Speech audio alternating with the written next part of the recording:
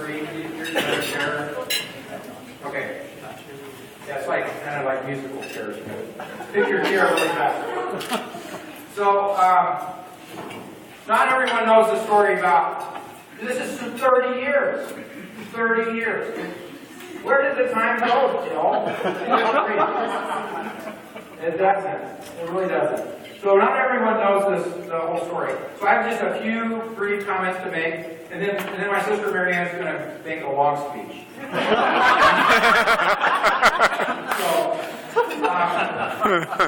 So Jill used to work for the Bank of Utah, and we weren't customers of the Bank of Utah. We were customers of Commercial Security Bank, which is now Key Bank.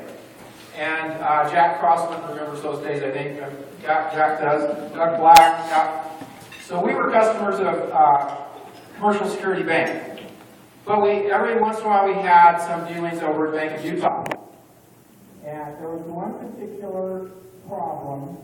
I don't even recall the facts surrounding it, but it was like a problem over at the Bank of Utah that needed to be resolved. And we were talking with a fellow by the name of Jim Packer. He was a loan officer over at Bank of Utah. Jill was Jim's secretary. And for days and days, this problem was it got worse. It was one of those complicated, thorny issues that was getting more and more complicated. So Jim Packer couldn't solve it. Jill solved the problem. So, Jill has a better memory than I do. She can fill in on all those details. But she solved the problem. So I was sitting there in the office with my dad, Dick Hall, and we were talking about this, and Dick said, we ought to hire her. And I said, okay. For those of you who knew my dad, it was a good idea to hire Jill Jacobson. We should have done it yesterday. So, go hire her. So I called up Jill and I invited her to lunch.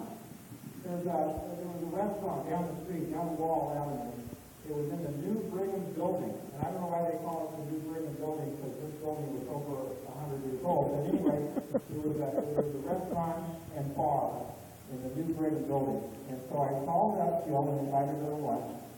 And ostensibly this was a job interview, but I already knew I was going to hire her. So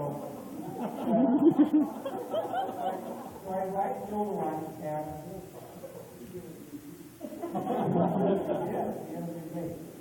but back in those days, some of us will remember, during lunch hour in a place like this restaurant, it was a nice restaurant, but it was also a bar.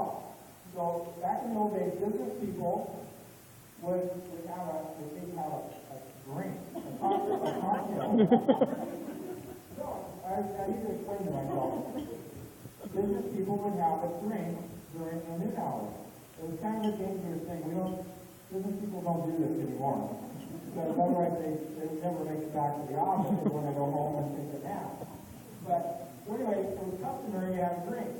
So the waitress comes around. She's a cocktail waitress. She's going to take both an order for food and an order for drinks. And so she comes to the table and she says, "What can I get you?" And so I looked at Jill, and so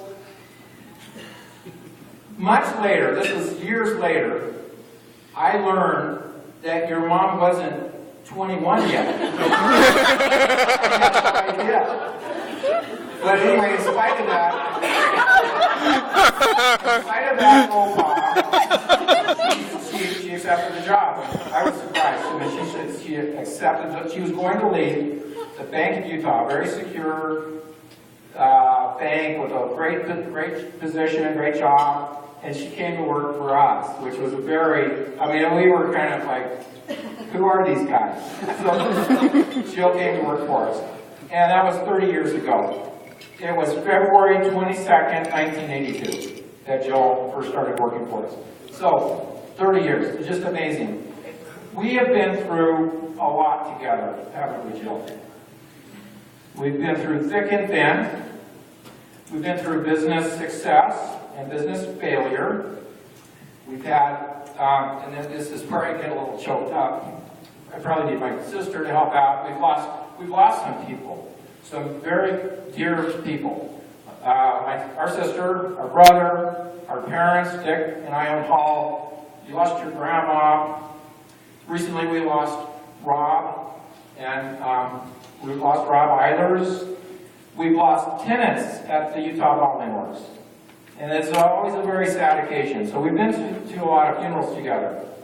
But it's